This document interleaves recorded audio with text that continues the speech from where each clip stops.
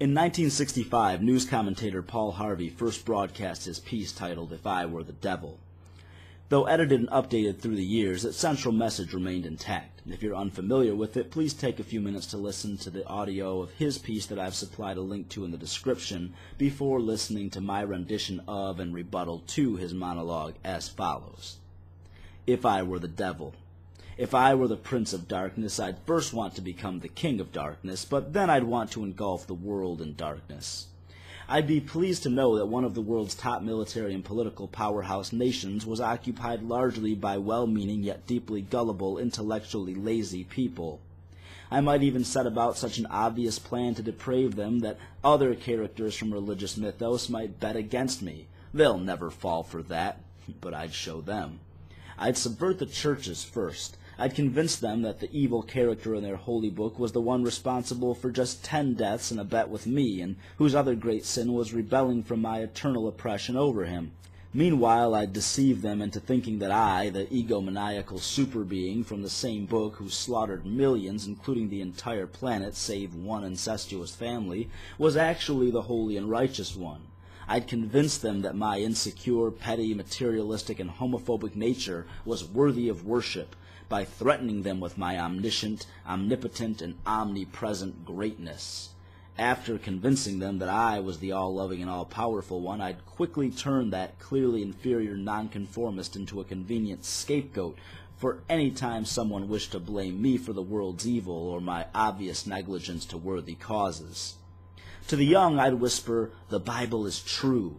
I would convince them that the obviously fictional book of fairy tales from thousands of years ago was an accurate account of human history, and for those gullible enough to listen, I'd persuade them into taking every word of it as literal and inerrant fact. I'd tug at their ears and twist their hearts until they believed that questioning religious dogma was evil, women were inferior, and homosexuals deserved to be slain. Then I'd get organized. I'd educate people like Pat Robertson and Bill O'Reilly on how to get away with broadcasting absolute bullshit and sensationalist nonsense so that any real news would appear dull and uninteresting. I'd boost up charlatans and take advantage of the feeble, needy, elderly, and vulnerable. I'd get organizations like Alcoholics Anonymous to switch the dependency of those addicted to substance to the dependency on emotional vaults offered by my religious cult. If I were the devil, I'd soon have families and friends so hypersensitive about real issues that many would be too scared to talk about things like religion and politics for fear of going to war amongst one another over them.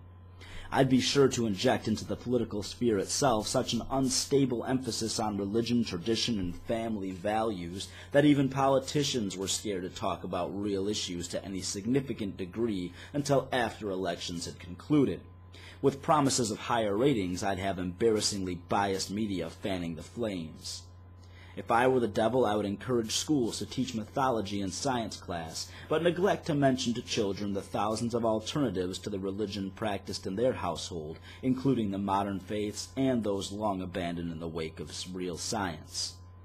I'd have prisons overflowing with people who did nothing more than smoke some marijuana because the only thing easier than keeping the hyper-conservative ancient politicians in charge believing their policies were beneficial would be to keep the young voting demographic apathetic.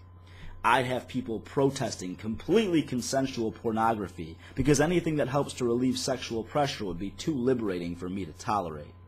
I'd make sure that religion found its way into the courthouse just to keep Lady Justice as blind as possible while recalibrating her scales to slightly be in favor of those who gave my dogma full purchase. I'd make sure that trust for me was declared on all the currency and that I got credit for all the accomplishments and advancements brought on by completely secular researchers and doctors. I'd draw in great deals of cash flow with my churches, and after covering overhead, I'd be sure my preachers were well paid, and then spend a fraction of those funds on a charitable cause, provided the recipients of my charity pledged allegiance to me, or at the very least, listened to testaments of my greatness. And what do you bet? I could get a whole nation to exempt me from taxes and grant me a monopoly on morality itself. I would caution against science, logic, and rational conduct.